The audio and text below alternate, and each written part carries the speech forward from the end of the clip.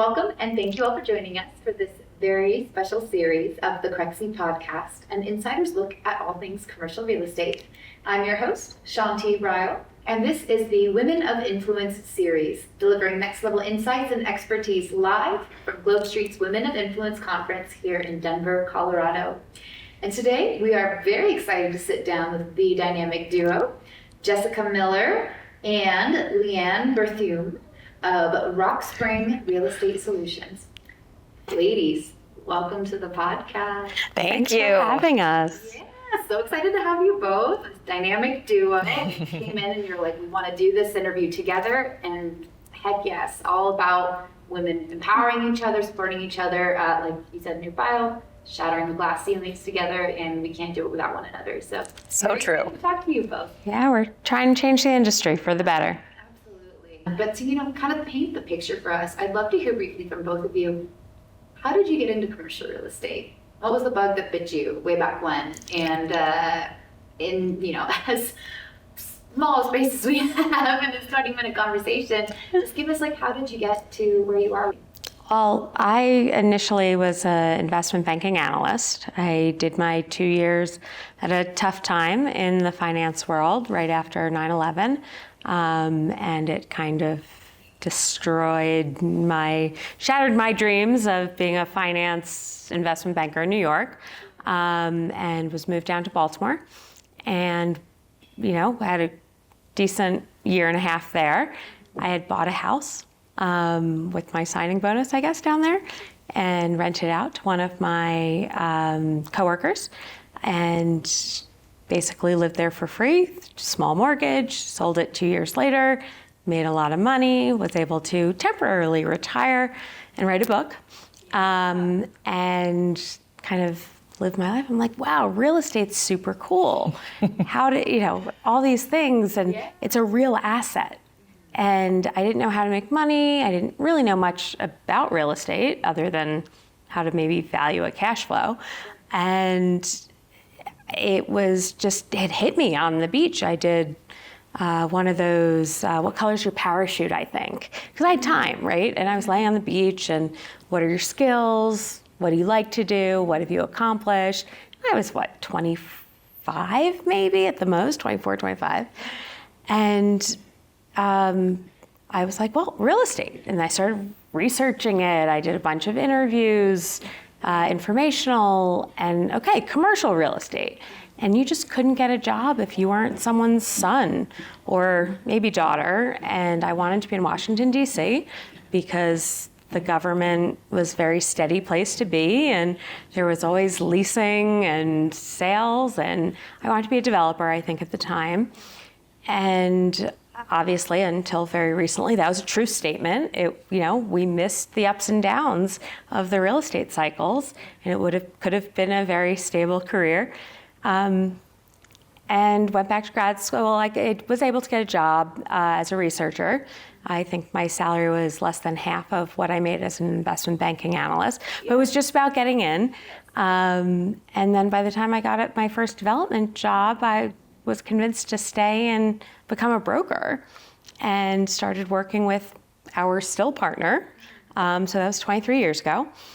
And he came over to Rock Spring in March to join us. So he stayed at Cushman a little longer, closed up some deals while we got the company started. And now he's, part of the team and still working together 23 years later. And even after I graduated Johns Hopkins, brokerage was too much fun at that time. It was one of the high points in the market, and stayed. It was like, this is fun, I enjoy it. Yeah, one day I'll become a developer. Well, clearly that didn't happen, but. It's never too late. Yeah. You're still just one getting day. started. We've moved on to other innovative ways of helping the community? I really just happened upon it. I have had no connection to commercial real estate through family or anybody else, but my first job in the industry was with a company called DRI Development in DC, and I was an executive assistant, then office manager, and I just loved real estate, so I started working with Vornado, Charles E. Smith as an admin, and thought the brokers had the most cool, fun job I've ever seen. They got to argue for a living, they got to go on fun trips, and they didn't have to sit at their desk all day. They were out and about in the market, meeting people, talking. The women dressed so glamorously. I mean, it just looked so cool to my little 22-year-old self. And so I worked my way up and was given the opportunity to prove myself. Worked my way up to vice president after about a 15-year career there, and I just loved it. I still love the business, love the industry, love the people. And I'm still learning, like literally right now, listening to Jessica tell us her story. I forgot she was a researcher when she started. Maybe I didn't even know that, but I just think that's pretty cool. So it's a very fun, difficult, but fun industry to be in. Yeah, I'm curious, when you both were starting out in the brokerage side, like obviously there's so much to learn in this industry. That's why being an analyst is actually probably a great way to start, because you're just in the weeds on deals, learning about all pieces that make it click together. I'm curious, you each had your different reasons for getting on the brokerage side, but what about each of you do you think others saw and said, oh yes, you are definitely broker material? And then, where did you come into the roles with, like, these are my innate skills that you had? And then conversely, what did you have to develop to get really good at your job? What a great question. Great question. Thank you. You go first. Oh, wow. Well, I actually specifically remember, so one of my first mentors, she's still in the business, she still works with us. She's a fantastic person to learn from. Her name is Kay Tuning. I was her assistant when I first started at Vornado, and I asked her, what was it like? What do you like about this job, and would I be good at it? And she said, you're well-spoken, you have confidence, and you're very organized. You can absolutely do this job. And she actually, I think she'd let me say this, but she said, you could do this better than many men, which I thought was amazing to hear. And she really helped me, get my foot in the door that way, and taught me skills and things that I still use today. One of the It's an easy question, an easy answer for this question, but what I had to work on so hard is confidence. To be able to argue my point to people who are, 20, 30 years older than me at the time, who are very seasoned, to stand my ground and to learn the market the way that I needed to learn the market to be able to, negotiate and execute deals. Sure. Yeah. I think having that market knowledge is a huge part of building the Yes. because at least, if you don't have the experience, you have the numbers. You know what you're talking about, and you can bring that to a conversation. And obviously, what you're showing, you're doing the work. Yes. Right? Yeah. You're putting in your time and resources and energy into being the most service you could possibly be. So that counts for something, dang it. Yeah. Well, and different from what Jessica just shared with us that she did getting into the market. She was a researcher. I worked for a landlord, and so I had my portfolio, right? And I did not really have the opportunity to get out in the market, and I had to make the time, take a different kind of effort to learn other buildings, other landlords, other brokers. So very different way of learning than what she was able to be exposed to on her side too. And I love that Kay was the one who, she's one of our DC brokers. Yes. How about you? I too had a mentor at my company who had stepped up to be manager at the time when I was debating leaving. I was at Grubb & Ellis at the time in the research department, and I'd gone from working 100 plus hours a week to being able to get my job done probably in about 15, 20 hours a week. And so I had, I got to know a lot of the brokers, and I was started in the Maryland office at Grubb & Ellis, and we had the most fabulous 5 male brokers in that small little Bethesda office, and they took me under their wing. And they taught me how to read a lease, and they taught me what you had to look for. And because again, I was getting the job done, and I'm like, what do you need me to do? And I was just very curious, and just again, loved real estate. And then when I moved to the Virginia office to help with research there because I had so much time and I could do both jobs. My mentor, Marty Almquist, also a female who was running the office, said, and I was thinking about leaving, she said, well, you know, I work a lot with Eric, he's a great mentor, and, you know, why don't you get to know him and see if he'll take you on some tours? We never hired you to be a researcher or an analyst.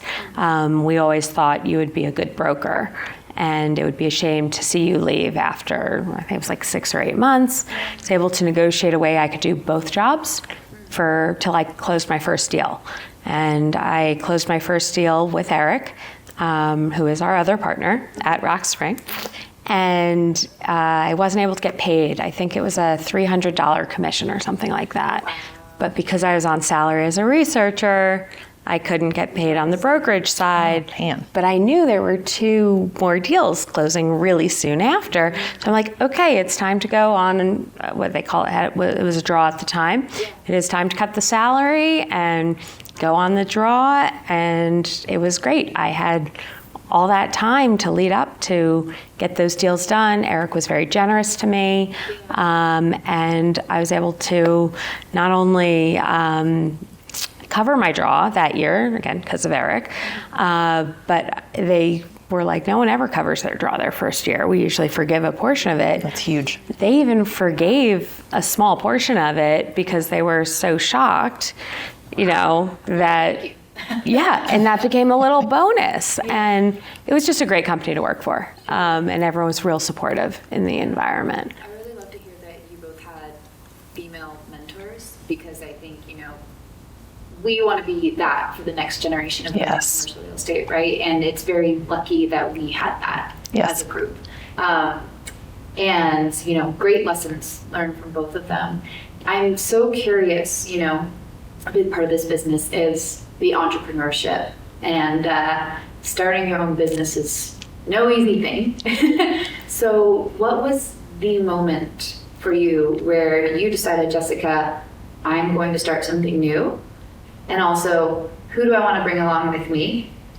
And, you know, what were the things in those early days, like the biggest challenges or the biggest fear points? And, you know, joining her, Leanne, like, what were those early days like in starting something that didn't exist before?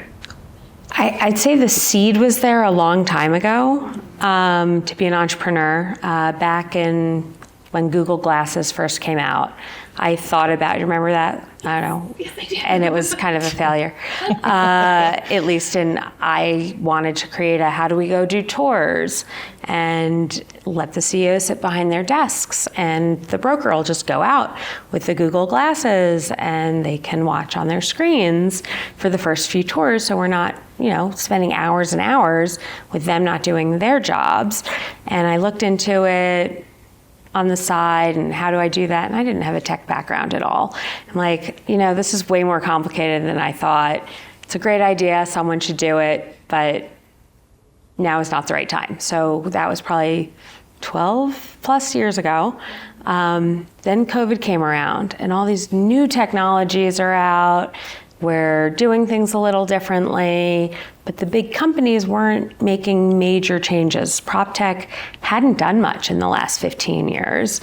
And, you know, I had a great business. I loved my clients, loved helping them, but there were just a lot of things about the big corporations, a lot of rules. I couldn't do podcasts, right? I couldn't give my own opinions. I had to be careful what I said at big public companies.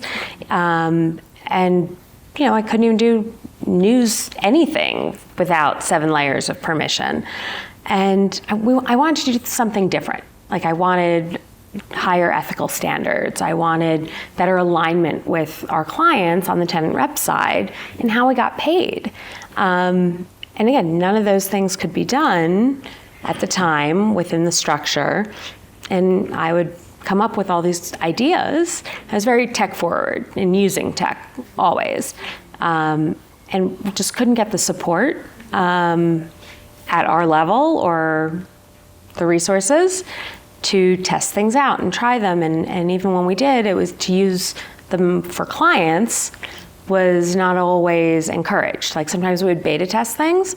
I remember we beta tested a software that did programming many years ago, and we had the architect do the space plan, we had this program do it, and we were very supportive of this program. We had a contract, national, international contract, and we did both, and we weren't even allowed to show it to the client because it didn't meet code standards, it didn't meet, and they never saw it. And I spent a lot of time testing it, and I thought it was really cool. It had a fly through, did a lot of things, but we just couldn't put it out there. And then one of the final straws was, we were trying to do an in-person and virtual conference in the Metasphere, or the Metaverse, and live. And we couldn't even download the software that we were trying to use to have this. And we had major clients, and the ones that were in the Metaverse couldn't hear us. And this was all, me trying to do something new. And so I said, let's figure this out. There are better ways to do things. There were too many little things. How do I go about doing this and still having a great relationship, and to be able to spin out with Cushman & Wakefield as a strategic partner through their, at the time, DEI program that I was running the East Coast partnership of. It was just a perfect blend. And I raised my hand. I go, you need a woman-owned company in Virginia Swam. What do you think? And they were so supportive. I was still there another 5-6 months while I got everything set up. I expected them to walk me out the door. And they were so supportive and encouraging. And I'm still working on, dozen deals, give or take? Yeah, several. With them. And we'll hope to continue. As strategic partners with them. Yeah, that's so good to hear, because I do think, there is a little bit sometimes. I feel like at the higher levels this is less the case, but sometimes in brokerage in particular, there's a bit of like the competitive edge when it leads to the negative side of things, right? It's like, okay, well, screw you, goodbye. Like you said, walk you out the door. I'm not sharing my information with you. This is my moat. This is my competitiveness. And really where I see people thrive is when they have more of an abundance mindset. You're going to have relationships with those folks down the line, and there's a real opportunity to do more business together, right? Yes. So that relationship nurturing. I'm really glad to hear that. Yeah, I had a wonderful boss. He's still a friend. He was very supportive and couldn't have done it. Even when I was going to the head people in New York, they said it's all going to come down to him. You have to tell him this is what you want to do. It's completely up to him if there's going to be a partnership agreement or not. And he was so supportive. I think it's a great example of, doing right by employees that have always done right by the company and have worked hard and have, given them a great name over the years. And so the fact that they were able to work this out together for and with Jessica, I think that's huge. It says a lot for both of them, I really think. Absolutely. Yeah, then the world changed a little, but we're still... But when I approached Leanne, I begged her. I mean, we'd been talking about working together for 2-3 years in some form, somehow. And when she left the business for a few months, and I said, I need you. This is our opportunity. We can build something the way we want to do it together.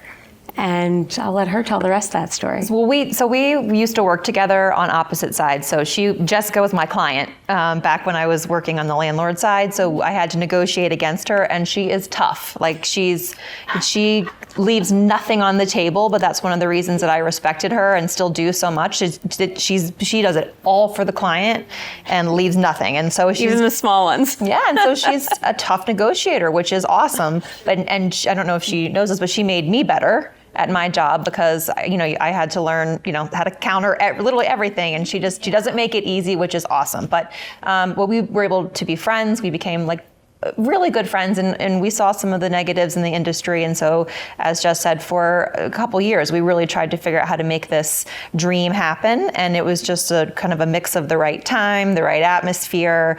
And when she called, there was zero hesitation. I mean, I've said it before, but there is no one else in the industry that I would have come back to this industry for than her. And it's been the absolute best decision that I've made in a very long time.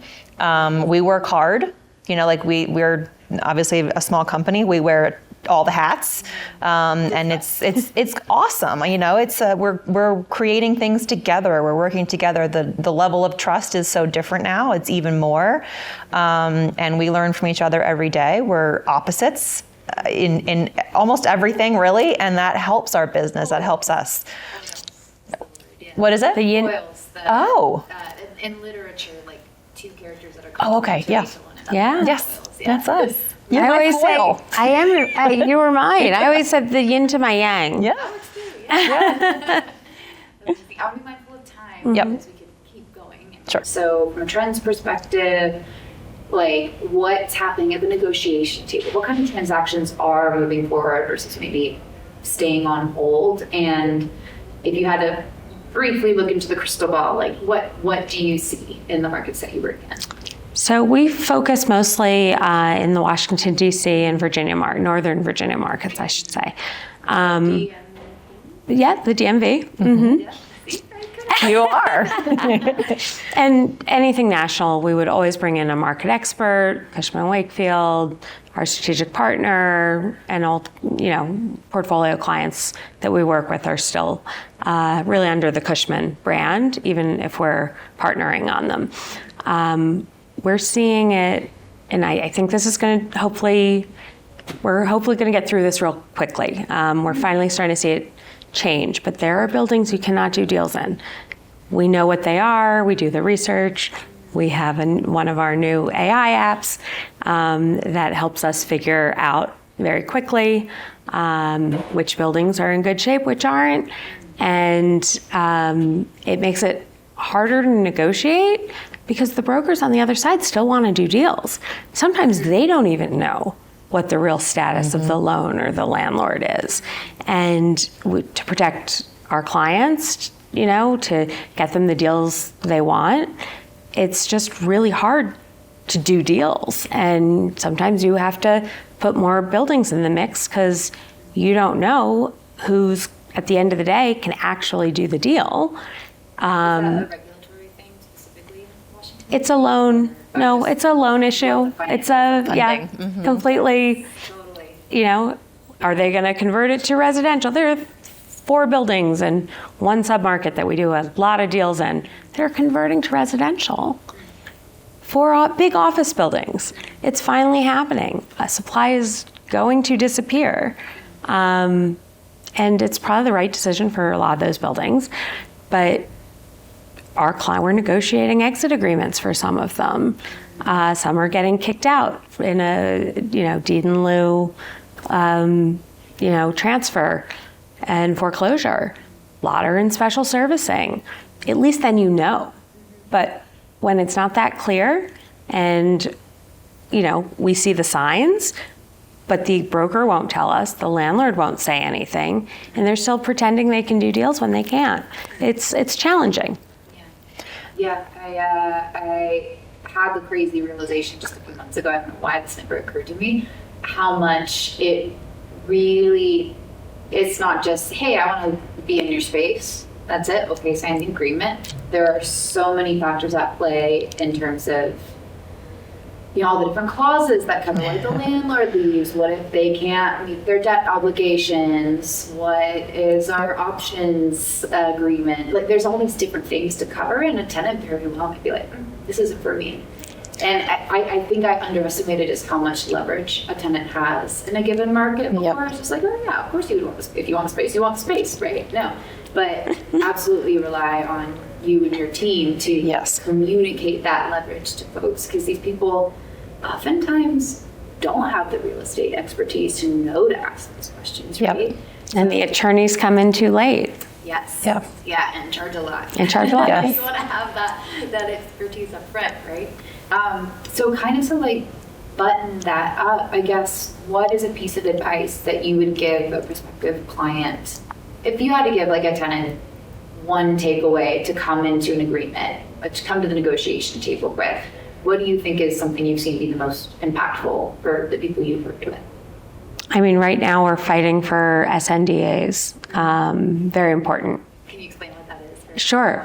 Subordination non-disturbance agreement. If something happens and the lender has to sign it. You have to get it back. You can't just say, put it in the lease. You have to actually get this agreement signed by the lender, or it might not be applicable, but when, yes, experience. Yeah. And again, if they want to kick you out of the building, and this was never an issue before, right? If a new owner came in, they would want to keep good tenants in place. Right now, that's not always the case because maybe there's a higher and better use for the building. Maybe it's just in so much trouble that it's not worth running the building anymore. There's a lot of things that the landlord shouldn't be able to kick the tenant out if they've signed a long-term lease, if they've put some of their own money into it. And it's just a little more complicated than it ever used to be. Hopefully that'll all work its way through real soon, but that's my advice, get a good broker. Absolutely.